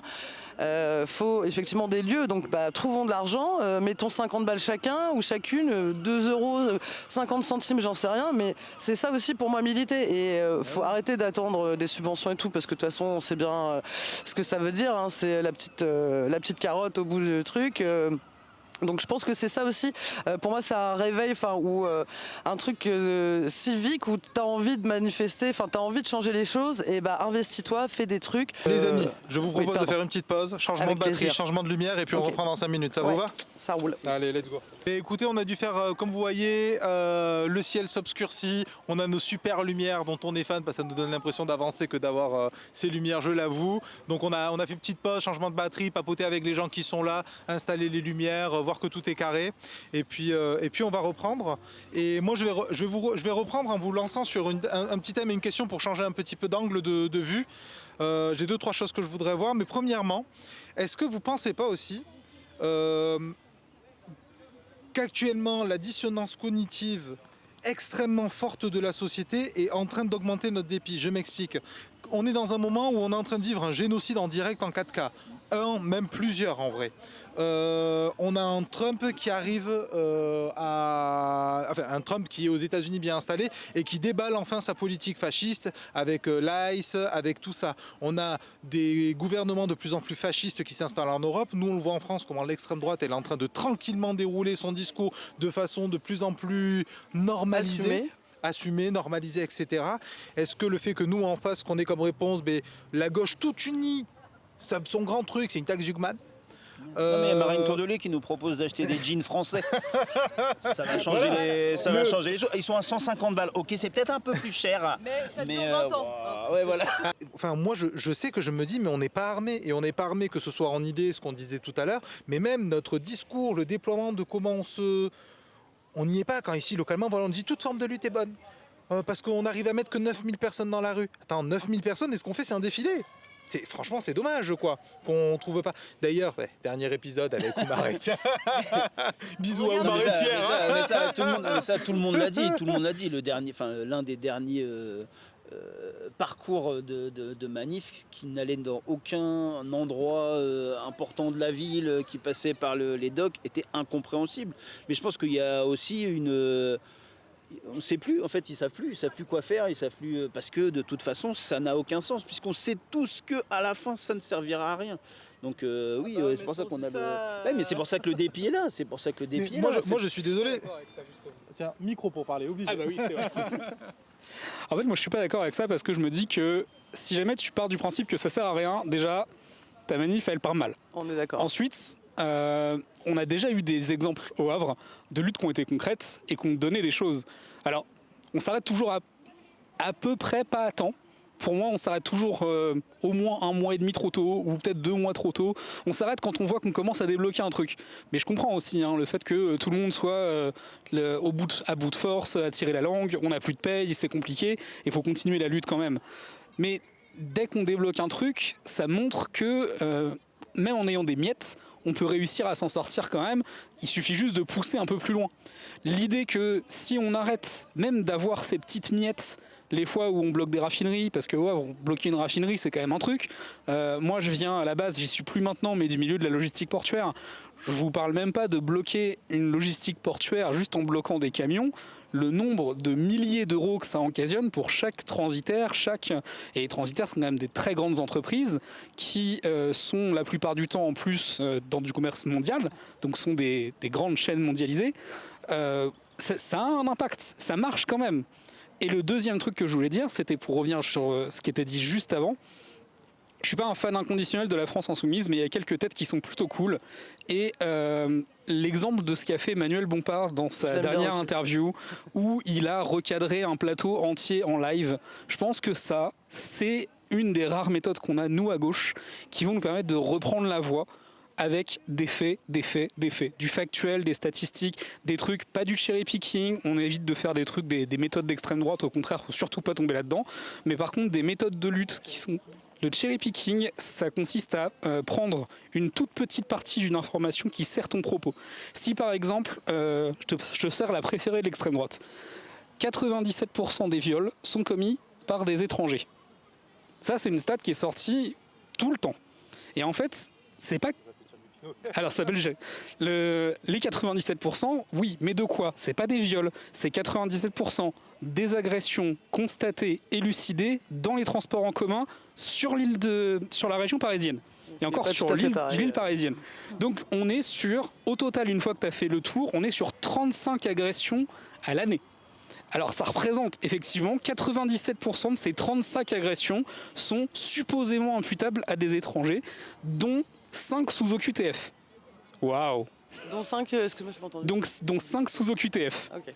Waouh, bah oui. c'est énorme. Oui. Et sauf qu'en fait, voilà, en dézoomant et en prenant, en évitant le cherry picking et au contraire en remettant beaucoup en contexte, en donnant des faits sourcés de médias indépendants ou en tout cas qui s'en approchent. Par exemple, le média Les Jours qui a fait un excellent travail en octobre, qui a recensé toutes les casseroles du RN et qui débarque avec un papier qui dit que 2/3 des députés RN ont des casseroles et qui du coup fact-check tout. Je pense que c'est les seules méthodes qu'on a de s'en Mais sortir. regarde, je te coupe, c'est parce que je Non, bien pose sûr. la question, parce que je trouve intéressant ce que tu dis. Mais est-ce que tu penses pas, parce que moi c'est quelque chose dont j'ai été convaincu il y a quelque temps. Et puis après je me dis, et moi je sais que c'est la question palestinienne qui m'a complètement fait changer, enfin qui m'a interrogé, je sais pas si j'ai changé d'avis ou pas, j'ai pas fini la réflexion sur la question. Mais sur la question des faits, quand on voit par exemple le génocide en cours qu'il y a, et où on a tous vu en 4K, tu vois, enfin je veux dire, les faits, on peut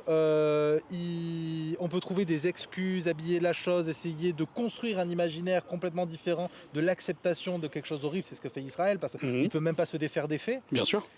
Mais est-ce que c'est suffisant? Et je vais revenir par exemple sur le RN. Tout ce que tu dis sur le RN, moi pour avoir pu discuter avec des gens qui sont pas politisés, qui disent bon, on n'a jamais essayé, tu sais vraiment on va dire le français classique qui peut passer de Ruffin au RN à Mélenchon à selon quand tu lui parles, parce que dans la semaine des fois. mais parce que quand t'es pas, moi de ce que tu me dis et comme nous t'es un intéressé du milieu, tu vois. Quand même, ouais. Voilà, carrément. Mais en fait, moi, quand je ressors toutes ces données-là, sur et là, notamment, en plus, il y a eu les affaires de Marine Le Pen qui viennent en plus un peu agrandir et tout, cela.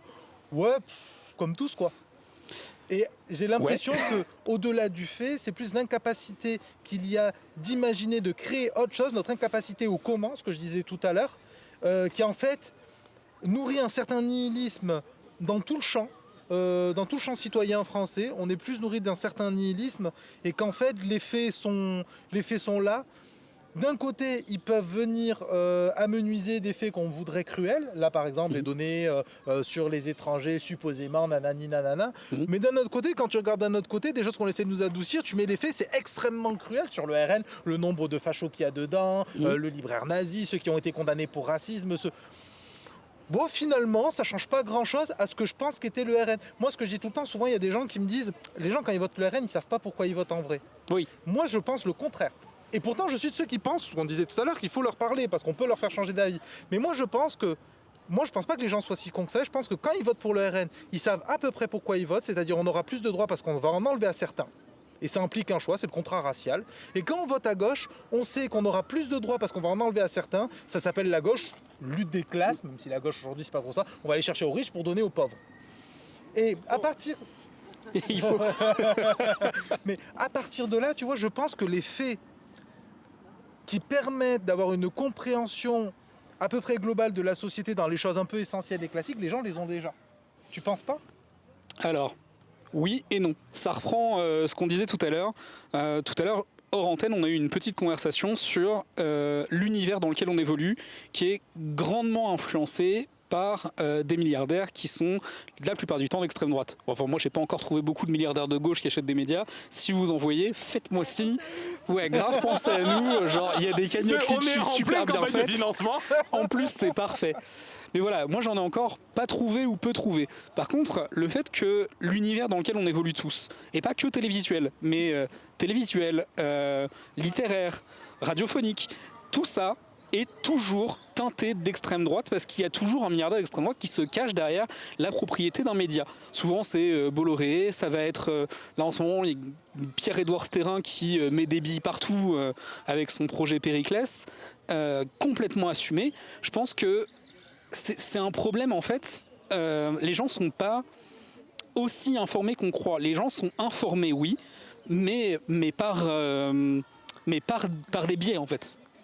Alors moi je suis tout à fait d'accord parce que en fait je pense qu'il y a, enfin moi de plus en plus tu vois je regarde beaucoup de médias indépendants, alors de gauche Désolé. Non, mais c'est pas un drame d'être de gauche. Hein. Non, on est On d'accord. dirait, mais non. Hein. Non, mais j'assume complètement. Mais ça me crée beaucoup de problèmes, tu vois, dans ma famille, par exemple. Et je sais que... J'essaie de pas nommer la personne. Mais je sais qu'en discutant avec des gens de ma famille, en fait, ils vont pas chercher l'info, la contre-info. Enfin, tu vois, moi, il faudrait que j'aille regarder des trucs de droite pour ce qu'on peut faire des fois, tu vois, mais c'est compliqué et je pense que les gens prennent l'info comme ils la reçoivent en fait. Tu vois, ils allument la télé, l'info elle est là. C'est aussi allumé toute la journée en boucle, c'est du bourrage de crâne aussi. Et qu'ils vont pas forcément voir d'autres médias, tu vois, pour avoir des discussions là. Ces derniers jours, justement sur le Bataclan, donc quelqu'un de ma famille me dit mais moi je veux pas porter le voile. Et je lui dis, mais est-ce que quelqu'un t'a déjà forcé à porter le voile? Je lui dis, arrête de penser que quelqu'un va venir dans ton canapé prendre ta place, quoi. Tu vois, le grand remplacement, mais c'est des théories complètement farfelues. Mais je lui dis, écoute, papa, Israël-Palestine, elle me dit, mais t'es avec les terroristes et tout. Oui. Et je lui dis, mais écoute, écoute. Enfin, déjà, mais ça, c'est parce que regarde t'arrives avec une Kalachnikov et un kéfier. Pardon? Ça, c'est parce que tu arrives aux réunions de famille avec un Kalachnikov et un kéfier. C'est ça, en fait. Et quand je lui dis que je me radicalise, tu vois, politiquement, je vais aller buter des blancs, quoi. Ouais. Et je lui dis, mais c'est complètement n'importe quoi. Et je lui dis, écoute, essaye de regarder des documentaires. Déjà, arrête de regarder BFM TV et CNews, mais va regarder des documentaires historiques, géopolitiques, parce que c'est beau de condamner des gens, de dire, ouais, mais eux, c'est des méchants. Mais regarde l'histoire, va comprendre, en fait, la géopolitique et tout. Mais malheureusement, ils vont pas chercher ça parce que ils sont. C'est pas qu'ils ont des œillères, mais je crois qu'ils veulent pas voir la vérité en fait, quoi. Tu vois, on parle de la France, la liberté, égalité, fraternité. On est quand même des putains de colonialistes. On a fait des génocides. Et oui, mais c'est pas nous. Bah non, mais on est héritière de toute cette histoire de merde. Et que les gens ont du mal à comprendre, en fait, à se remettre en question, je trouve. Quoi. Regarde, moi, au-delà de ça, moi je suis d'accord sur la question médiatique. Hein. C'est-à-dire tout l'aspect sur le fait que qu'on a quand même beaucoup moins de moyens logistiques que le camp d'en face et qu'évidemment que ça nous handicape, ça c'est une certitude. Moi par contre, il y a quelque chose que je vois. Nous, il y a notre collectif, il a écrit un petit article sur le fait que Édouard Philippe, il a voté avec le RN la dénonciation des accords d'Alger. Et quand on est à gauche, on sait ce que ça comporte derrière le racisme, le colonialisme que ça comporte, ce que ça nous prévoit comme projet politique à venir s'il est élu ou si son camp est élu. Mais dans notre camp, hors des grands médias, les gens, j'ai vu tous les partis, enfin pas tous, d'ailleurs pas tous, mais quelques partis faire une petite publication vite fait, sans déclaration, en mode « Ah, nous on était contre ». C'est la première victoire parlementaire du RN en union avec Édouard Philippe. Et en vrai, on a beau... pas avoir des médias qui nous aident, pas avoir... Mais le peu qu'on a, ils n'en ont pas eu grand-chose à foutre non plus, tu vois. Et à côté de ça, aller... Voilà, je vais dire un truc, sincèrement. La taxe Zucman, on a tout foutu dedans. Et pourtant, c'est un mensonge. Si la taxe Zucman passe, ça ne change pas la vie des gens. Ça évite qu'elle empire plus vite. Mais ça peut pas être un contre-projet politique. C'était juste le cheval de Troie du PS. Hein, mais non, mais pas du tout. C'est pas le PS du tout forcément qui l'a amené. Ça a été un accord de toute la gauche. Et quand tu vois... mais moi, c'est en ça que je parlais tout à l'heure. De la violence qu'on nous présente en face comme quelque chose de normal. On est en train de booster nos imaginaires à une violence terrible. Il y a aussi derrière cette violence, on nous demande de faire un choix. Le contrat racial, c'est on nous fait le choix d'être dans un camp de pouvoir quand même, d'avoir le pouvoir sur une partie de la société. Il y a tout toute cette force, cette tension qui est envoyée, et nous on doit répondre à ça, et à cette tension-là, cette chose qui nous remue en nous, en contre-réponse qu'on pense être efficace, on dit 2% sur les 500 les plus riches. Les plus riches, ça leur changera rien, ils resteront les 500 les plus riches qui maîtrisent tout, et nous, ça nous changera rien. Et on pense, ils pensent, qu'il va y avoir quelque chose de profondément mobilisateur et que si en plus, mais si les gens ne se mobilisent pas beaucoup plus pour que tout change pour ce camp-là du 2%, c'est à cause des grands médias. Et bien moi, à ce moment-là, je suis d'accord sur les grands médias sur plein de choses, mais à ce moment-là, je pense, non, c'est que personne n'a envie de se mobiliser pour que sa vie ne change pas. Et justement, c'est pour ça que j'en venais là. Pourquoi est-ce que je suis pas d'accord avec toi quand tu dis que les gens sont informés et qu'ils votent en pleine conscience? C'est que les gens sont informés. Pas en pleine conscience. Je dis que globalement, ils ont une idée de quand ils votent pour un camp, de ce que représente ce camp. Moi, oui. j'ai pas dit en toute conscience, mais je pense qu'ils sont moins bêtes que ce qu'on leur suppose. C'est important cette nuance. Quand je dis en pleine conscience, c'est-à-dire qu'ils ont conscience de ce qu'ils font. C'est-à-dire qu'ils vont voter pour un projet, ils savent très bien ce que c'est, et eux, ils y vont en étant persuadés, comme on disait tout à l'heure, que c'est la seule solution, qu'ils sont le dernier rempart contre le grand remplacement dont tu parlais, etc.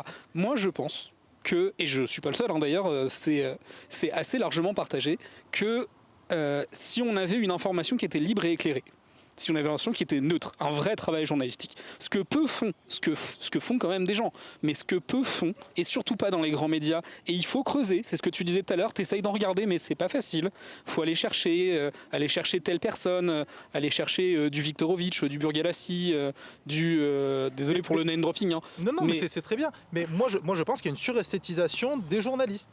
Déjà, la neutralité n'existe pas, tu me parles de Viktorovitch et Burgalassi, aucun des deux n'est neutre, ils sont dans nos camps, tu vois, c'est très bien, mais ils sont factuels au moins. Mais en fait, pas toujours. Et c'est pas grave, c'est bien. Mais vraiment pas toujours. J'ai peu de contre-exemples. Mais alors, pour le coup, je te fais confiance. C'est vrai. Bon, j'ai cité tout à l'heure un média non engagé. Non, vas-y, tu peux continuer. Finis ton propos. Je citais un média non engagé qui était Les Jours et qui est, lui, par exemple, est plutôt efficace dans sa recherche. Moi, je pense que si on réussit à populariser des médias comme ça, à populariser des discussions comme celles qu'on a là tout de suite, essayer de faire émerger les gens qui pensent différemment et surtout faire sortir les gens de ce qu'ils pensent avec les bots qu'ils trouvent sur Facebook, avec les choses qu'ils voient confrontées dans la rue. Je me souviens de mon travail quand j'étais dans les bureaux il y a encore 2 ans avant que je craque et que je sorte de ce milieu d'enfer. Tous les jours, les gens arrivent et en fait, leur seule distraction, ils rentrent chez eux, ils allument Facebook, ils scrollent, ou ils allument YouTube, ils scrollent. Et en fait, quand tu scrolles sans jamais avoir eu une once de pensée de gauche, t'es automatiquement dirigé vers de l'extrême droite. Et ça devient ta seule source d'information. Ça devient un algorithme qui va régir ta vie et qui va beaucoup t'influencer dans le sens de c'est la seule solution. C'est des pensées faciles, c'est ce que dit le rasoir d'Occam d'ailleurs. Hein. C'est qu'en général, il faut plutôt partir sur l'hypothèse la moins complexe. Et c'est ce que tout le monde fait. Tu te réfugies aussitôt sur ah bah oui, bah le problème, on revient toujours, c'est les étrangers. Sauf que tu vas pas chercher plus loin. Et je pense que c'est ces gens-là qu'il faut essayer de ramener parce que il y a toute une frange un peu molle de l'extrême droite qui se disent oui bon bah ça doit être les étrangers. Je l'ai entendu, je l'ai vu sur Facebook, j'en ai parlé avec Jean-Mi de la Conta, il est d'accord avec moi. On a bu de bière, le patron du bar il est d'accord, il paye trop de charges. Bref, tout cela on peut les ramener, c'est sûr. À 200%, je l'ai déjà fait. Par contre, il y a toute une frange plutôt sectaire qui eux veulent plutôt la violence. C'est des gens qui sont extrêmement radicalisés et qui disent mais nous on n'attend qu'une seule chose, c'est que le RN passe, que ce soit légal, t'allais taper de l'arabe. On sort, on fait des ratonnades et derrière qu'est-ce que va dire le juge? De toute façon, il sera bien obligé de nous libérer puisqu'on aura même des lois qui nous protègent contre dès qu'il y a un mec fiché S au QTF n'importe quoi, ce serait une excuse, on lui tombe à 12 dessus à bras raccourcis, on le défonce, on n'aura rien. Il y a des gens qui attendent ça du RN. Et cette frange-là, je pense qu'on ne peut rien faire. Par contre, pour répondre à ta question de tout à l'heure, je pense qu'avec de l'information correcte, en luttant contre la désinformation, on peut arriver à quelque chose. Et je voulais au moins finir ce que tu disais sur la désinformation. Non mais t'as raison, c'est pour ça. Dans l'obscurité, oui. Quelqu'un veut prendre la parole. Ouais, mais Tom, nous on va te regarder en mode casquette parce qu'on a la light sur la gueule. Non, mais vas-y, tranquille. Non, c'est bon. Il va être devant la caméra. Alors, je suis d'accord avec toi sur l'information, sinon je serais pas au WAF des luttes. Si on fait du média, c'est pas pour rien. Et en même temps, je suis pas du tout d'accord dans le sens où avoir des médias qui font de l'information cohérente, c'est hyper important. En même temps, si ça suffisait pour que les gens se mobilisent, ça fait longtemps qu'on aurait gagné en fait. Et qu'il y a plein de choses qui pourraient expliquer le fait qu'on se mobilise pas, parce que c'était quand même le cœur de notre sujet. Il y a une chose qui peut mettre un peu tout le monde d'accord normalement si on est du côté de la gauche, si on est un peu matérialiste, c'est de se dire que un principe de base est qu'on a les idées qui correspondent à nos conditions d'existence, quoi. Nos conditions matérielles, nos conditions de revenus et puis nos conditions sociales. Donc en fait, pour pouvoir se poser la question de qu'est-ce qui fait qu'on ne se mobilise pas, on pourrait se demander pourquoi là, tous, on est là à se cailler le cul en dimanche au Square Saint-Roch. Non mais sérieusement les gars, pourquoi on est là? En fait, pour quelle raison chacun d'entre nous là au Havre, on pourrait aller décider d'aller se cailler le cul un dimanche? Il y a des gens, ils vont le faire pour aller au match de foot parce que culturellement, parce qu'ils en font leur sport, parce que je ne sais quoi, c'est quelque chose qui les habite, qui leur plaît, ou peut-être ils en ont l'habitude. Il y en a d'autres, ils vont faire ça pour aller voir un spectacle, pour aller voir un concert, peu importe. Nous, on est là parce qu'on est habité par une idée de la lutte. Mais en fait, ça vient pas de nulle part. Ça vient pas de nulle part. En fait, on attend toujours que les gens comme ça, d'un coup, ils se réveillent et se disent mais pourquoi ils sont pas là? Mais en fait, qu'est-ce qu'on nous apprend? C'est qu'il y a des professionnels de la lutte. Comme il y a des professionnels du sport et il y a des professionnels de la sculpture. Moi, quand il y a un truc de la culture et que les gens se réunissent pour pouvoir réfléchir à ce qu'ils vont faire, j'y vais pas. Parce que je me sens pas forcément concerné. Donc en fait, par rapport à ce que Alex disait sur trouver un local, sur trouver tout ça, en fait, avant de commencer à réfléchir sur sur l'aboutissement de ce truc-là, on pense pas à comment on crée des pratiques communes, comment on crée une vision commune, comment on crée à un moment un partage qui vient faire sens pour tout le monde. Sinon, mais pourquoi voulez-vous que les gens descendent de chez eux?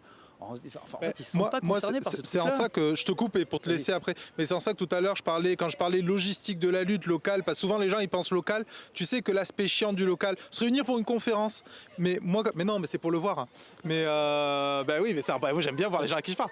Mais on pense souvent à ça, tu vois. Mais moi en fait, c'est pas que à ça que je parle. Moi, c'est le côté, tu vois, je parlais tout à l'heure du Pays Basque. Moi, c'est mon petit folklore à moi, mais c'est le côté. Le matin, je vais boire le café avec mes enfants en sortie de marché dans le lieu que je connais et où je sais que tout est de gauche. Mais là, je ne vais pas penser gauche ou politique. Je vais juste dans un lieu où j'y suis bien, je rencontre des gens. Quand c'est la merde, on se retrouve là-bas pour boire un café, parler parce qu'il y a une personne qu'on aimait beaucoup qui est morte et c'est là où on se retrouve. Le soir, le bar où on va prendre un apéro, c'est pareil. Le local qui sert à faire des conférences chiantes sert aussi à faire des concerts de métal du groupe d'à côté où tu as des jeunes qui vont venir. Et en fait, c'est en ça que je parle d'avoir une logistique de la lutte et un réel qui n'est pas que celui de la droite. C'est que sur ça, je suis d'accord que ça correspond sur les médias, mais sur le reste aussi, c'est on bouffe droit tout le temps. Mais ce que tu dis, comment est-ce qu'à un moment donné on fait pour changer ces choses-là et que notre quotidien, avec le peu qu'on a, c'est certain, mais devienne un quotidien qui nous ressemble plus, mais qui ne va pas parler aux gens que marxisme, lutte, comment faire, mais vas-y, prends ton café, t'es dans une ambiance, t'es dans un truc, et à un moment donné, tu te sens de ce camp. Et moi, c'est ça ce que je trouve qu'on n'a pas. Et moi, je sais que personnellement, mon camp, pourquoi j'ai de plus en plus de mal avec lui, même si j'y resterai parce que c'est celui de mes convictions, j'ai plus ça. Ce truc, et je pense qu'il est à créer. Et que les seules choses qui pourraient se rapprocher de ça sont plus du folklore que du réel. Ouais, c'est ça. C'est-à-dire que, en fait, les professionnels de la lutte nous dictent comment on doit faire. De la même façon que les gens dont vous parlez, ce que tu disais sur Zuckman ou quoi, en fait, ce qui ne changera pas, c'est les règles du jeu, et c'est pas nous qui les décidons, c'est eux. Donc effectivement, tu peux essayer de gratter des trucs dans ton jeu, c'est quand même pas toi qui décideras des règles. Et en face, on se retrouve avec des syndicats ou autres qui font leur job, ça c'est pas le problème, hein, mais qui dictent aussi les règles du jeu de comment on doit militer. Donc effectivement, pour militer correctement, tu pars de la préfecture, tu fais le tour de l'hôtel de ville et tu reviens. C'est comme ça qu'en fait qu'on nous dit qu'il faut militer. En attendant, on ne crée pas de pratique sociale et on se retrouve toujours dans une culture de la défaite où le mot d'ordre du 10 septembre, c'était « faut dégager Macron ». Bon, bah, Macron n'a pas dégagé, et bah, c'est un échec. C'est ça que ça nous dit. Mais en fait, que stratégiquement, il y ait eu ce mot d'ordre-là de dégager Macron, moi je le comprends. Mais déjà, pour le comprendre, il faut s'y intéresser un minimum. Il faut aller sur les médias dont tu parles, et ça prend du temps, ça prend de l'énergie. Et donc tous les gens qui prennent pas ce temps-là pour X raisons, et ben tout ce qu'ils voient, c'est Macron n'a pas dégagé, défaite. Mais pourquoi je vais aller m'emmerder à perdre du pognon, à faire grève pour une défaite? Ce qu'ils voient pas, c'est qu'effectivement, en se levant à 6h du mat, et je peux vous dire qu'il faut être motivé à ce moment-là, et que tout le monde ne le ferait pas, pour plein de raisons, ce qu'on a vu, c'est aussi des étudiants qui se politisent. Mais ça, c'est de la puissance collective. Ce qu'on a vu, c'est au lycée de Montivier, c'est l'UL qui débarque, qui vient soutenir les étudiants, qui font reculer les gens, qui font voir à tout le monde que même les flics, ils y réfléchissent à 2 fois avant d'aller emmerder les étudiants. Parce que quand il y a 3 gros bras qui arrivent derrière en disant si tu lui parles, tu nous parles à nous aussi, ça crée de la puissance collective en fait. C'est motivant pour continuer. Et que du coup, on cherche toujours dans le camp de la gauche à aller chercher le résultat et la victoire, mais ce qui est hyper important. Mais en même temps, en attendant, on ne construit pas. C'est-à-dire qu'en attendant, on n'a pas de local pour pouvoir se réunir quotidiennement ou hebdomadairement.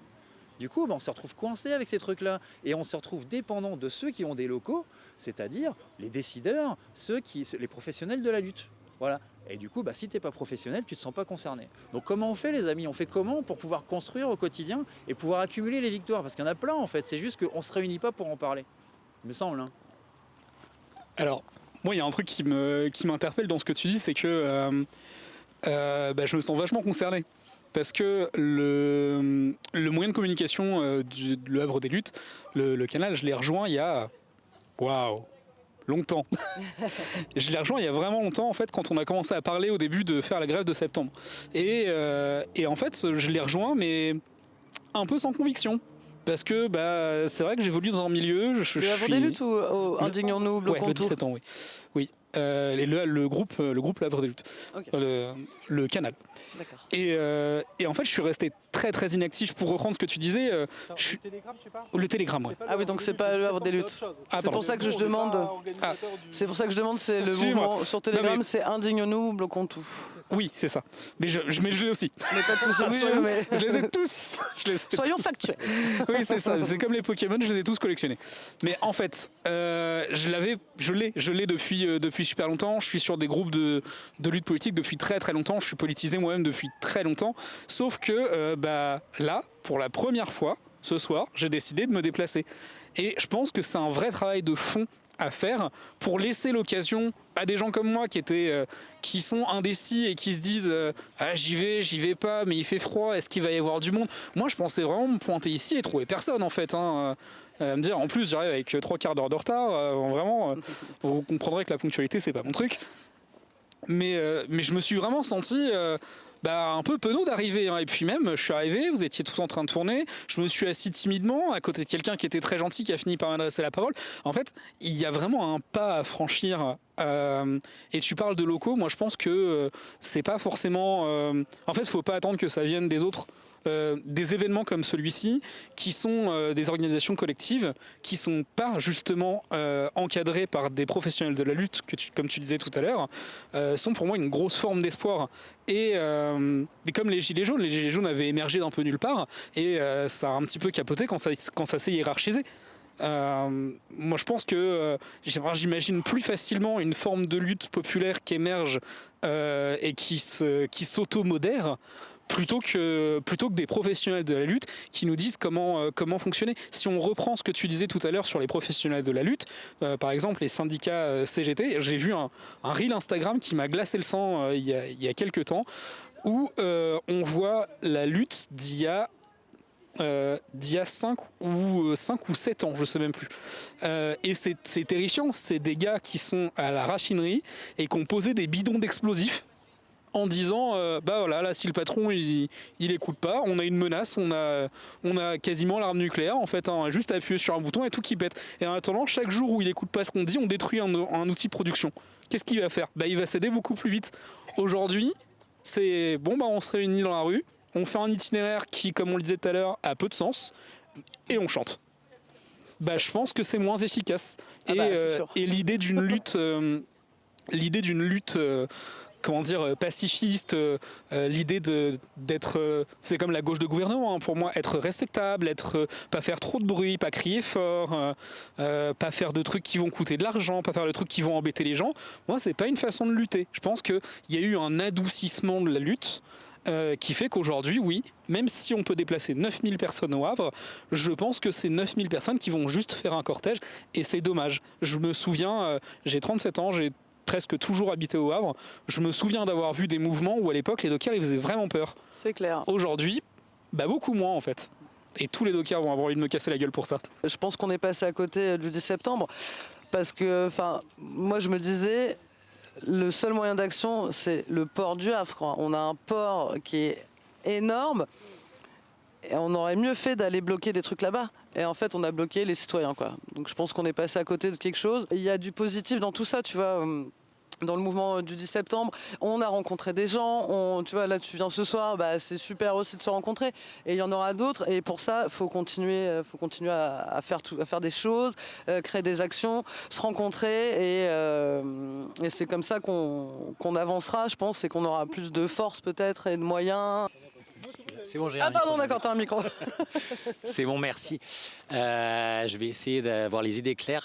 Je voulais rebondir sur plusieurs choses. D'abord, l'idée que maintenant la CGT était réformiste et qu'elle était plus dans la négociation. Moi, il me semble que de toute manière, les personnes qui, quand elles obtiennent un petit peu de pouvoir ou qu'elles ont un certain confort, et c'est probablement valable aussi pour beaucoup de personnes de gauche, c'est qu'on est dans la peur du déclassement ou la peur de l'inconnu, de vivre autrement les choses. et que vivre autrement les choses, ça supposerait, on a l'impression peut-être que ça supposerait de vivre moins bien, et du coup on garde les privilèges qu'on a, et garder les privilèges qu'on a, c'est le statu quo, voire empirer la situation, ce qui participe aussi, enfin ce qui est rebondi sur la deuxième remarque que je voulais, c'est pour moi vivre de la gauche, c'est aussi la vivre au quotidien, mais c'est à la fois ça paraît illusoire et inutile, mais c'est le fait d'être ce que disait Alex tout à l'heure, c'est-à-dire d'avoir des lieux où tu te retrouves, où il peut y avoir différentes pratiques, mais tu as un sentiment d'appartenance, ou en tout cas de confort, de chaleur, je sais pas comment l'exprimer, j'ai pas envie de dire un autre terme qui est plutôt un terme de droite, le terme de sécurité. Non, mais je veux dire, ou en tout cas tu as plaisir à être là, et c'est pas parce que tu vas faire de la politique, mais c'est parce que tu vis en fait les choses concrètement au quotidien, sauf que pour les vivre concrètement au quotidien, il faut avoir la possibilité de les vivre, et pour avoir la possibilité de les vivre, il faut que les choses changent, et pour qu'elles changent, malheureusement, on a l'impression que ça repose sur des personnes qui n'ont pas d'intérêt à ce que ça change, quoi, et qui n'ont pas le souhait. Pour moi, ça ne marche pas, parce que je pense pas qu'ils aient l'idée de se dire ça va changer quelque chose, ils ont l'idée juste de faire, et j'en sais rien à la limite ce qu'ils pensent. Après, il y a aussi une question, au-delà de ce qu'on pense d'eux, attention, je ne vais pas défendre un parti, je ne suis pas ici pour ça, d'autres fois j'en parle très librement, aujourd'hui c'est pas la question, mais on est dans une ancienne ville, tu vois, du parti communiste. Voilà, donc il y avait une identité, une façon de fonctionner très forte. Moi je viens du Pays Basque, il y a une façon de fonctionner très forte, et il y a des coins comme ça, on retrouve souvent des lieux atypiques où finalement un pan de notre camp imprègne toute une ville. Mais moi je pense que là où on se fait avoir dernièrement, je vais rejoindre ce que tu disais tout à l'heure, on est dans une culture beaucoup. Et ce que tu disais aussi tout à l'heure, où toi ça t'énervait, tu n'avais pas forcément toujours les bons mots, les bonnes théories et tout ça. Et désolé, je vous mets un peu en opposition alors que vous ne l'êêtes pas du tout, mais c'est parce que vos propos. Et toi, tu te disais tout à l'heure, c'est parce qu'il faut avoir les faits réels, il faut avoir les connaissances. Déjà, tu vois, quand tu dis Burgalassi et Klemovic, c'est des gens, plein de gens, ils les écoutent, ils ne comprennent pas ce qu'ils disent, juste pas parce qu'ils sont cons, mais parce que si tu n'as pas déjà l'ensemble du champ sémantique de notre camp, tu les écoutes parler, tu vois juste de personnes très condescendantes, tu es sûr d'elles te dire ce que tu dois penser. Par exemple. Ah ben je te crois, je suis sûr. Parce que c'est une vraie question, c'est sincère. Moi Comment ? C'est fini ou pas ? Non, c'est pas fini. Et pour le coup, oui, je suis sûr, parce que moi-même, avant de commencer à m'intéresser à des intellectuels de gauche, moi, comme je disais, tu vois, je viens pas de ce milieu-là, j'ai dû tomber sur des gens qui apportent un autre ton, et après, petit à petit, j'ai été creusé, en fait, ils sont intéressants, ils sont pas que ça, et j'ai été creusé, et aujourd'hui, je suis un pur geek du domaine qui peut, voilà, tu vois, Lukács ou Marx ou Engels, voilà, moi, il n'y a pas de souci. Mais la réalité, c'est que c'est un pas à passer. Et à côté de ça, donc, ce que tu disais sur, justement, les lieux, etc., moi, un truc par contre qui a fait qu'assez naturellement, par exemple au Pays Basque, j'ai eu une empathie sur les prisonniers politiques, j'ai compris qu'il y avait des enjeux à travers la langue, à travers les questions aussi de tourisme, de logement qui étaient enlevés aux habitants locaux pour pouvoir les donner à des Parisiens et à des Bordelais sur le tourisme et tout. C'est qu'en fait, les lieux où je traînais, où j'allais jouer au baby-foot, où je jouais au Uno avec mes potes, j'allais boire un verre, je prenais le café, je finissais au marché, donc où jamais je ne pensais politique, c'était les lieux où tout ça se pensait, se faisait, tenu par ces gens-là. Donc au moment de faire confiance à quelqu'un, mais c'est ceux qui fabriquaient mon quotidien à qui je faisais confiance naturellement. Et nous, on ne fabrique pas de quotidien, on ne sait plus le faire, mais on dit aux gens, croyez en nous pour gérer votre quotidien et faire votre ville, alors qu'on ne sait plus le faire même en micro. Et moi je pense que vraiment, il y a quelque chose où dans notre camp, et je m'inclus dedans, tu vois, je nous inclus dedans, on ne sait plus faire. Nous, avec le Havre des Luttes, c'est un truc avec notre cher ami qui est derrière la caméra, je ne le vois pas là, avec les likes qui est juste là, on a réfléchi. Pour moi, à un moment donné, c'était important, cette donnée-là, ok, on donne des tracts aux gens, dans la génération où on scrolle, où on est sur Insta, où on donne toujours des tracts, et c'est pas contre les tracts, mais est-ce qu'on est vraiment, on peut pas apprendre à faire le truc qui est de leur faire des tracts en 4K et donc, viens, on apprend, viens, on fait. Et je pense qu'il faut aussi, au-delà des idées qui peuvent être magnifiques, commencer à réapprendre à instiguer du quotidien. Il y a un penseur, je sais plus comment il s'appelait, je me demande, c'est pas Marcuse, qui parle justement de la culture domestique, dans le sens, dans la domesticité dans ton quotidien, comment tu as une culture qui t'imprègne et comment construire autour de tout ça. Là, il y a un livre que j'ai à tout prix envie de lire, par exemple, ça parle d'architecture lesbienne et de comment justement les communautés lesbiennes ont dû se créer des habitats, des architectures et tout ça par rapport aux oppressions qu'elles vivaient, par rapport adapté à ça. Et moi, à un moment donné, ça va être chiant, ce que je disais tout à l'heure, va falloir se mettre autour de la table, qui cotise, avec qui on fait des compromis, parce qu'on n'est pas nombreux, on n'a pas beaucoup de moyens, on va devoir faire des choses avec des gens avec qui on n'est pas tout à fait d'accord, il y a des choses interpersonnelles, il y a des ci, il y a des ça, mais à un moment donné, comment on crée une logistique, quelque chose qui commence à appartenir à notre camp. Et à partir de là, moi je crois vraiment à cette histoire de guerre de terrain, de on va choper petit à petit de plus en plus de terrain, de plus en plus de terrain, de plus en plus de terrain. Et à un moment donné, quand tu as beaucoup de terrain, on a beau t'enlever tes droits, t'enlever tes ci, t'enlever tes ça, il y a des choses, elles sont à toi, on ne te les enlève pas. Tu vois. Bon ben les amis, on a eu le plaisir de parler avec Zach aujourd'hui aussi. C'est plaisir partagé. Donc chaque émission publique, on va avoir des nouvelles personnes, c'est trop cool. Aujourd'hui, vous avez pu entendre des gens qui étaient dans le public, il y en a certains qui n'ont pas parlé et tout, mais c'est cool d'avoir un petit peu de monde qui vient. On va continuer de toute façon à essayer de reproposer une fois par mois ou comme ça, en plus des autres Faut qu'on en cause qu'on parle ou des autres choses qu'on fait, des formats en public, parce que c'est l'occasion aussi de pouvoir s'exprimer, quoi, je pense, et de réfléchir. C'est une super démarche, en tout cas. Trop cool. Écoute, en tout cas, merci pour l'échange. Et puis on se voit bientôt. Vous n'oubliez pas de donner un peu d'argent si vous le pouvez. Likez, commentez, partagez tous les trucs que tous les youtubeurs disent et qu'il faut faire. En tout cas, salut et à très bientôt les amis. Tchuss.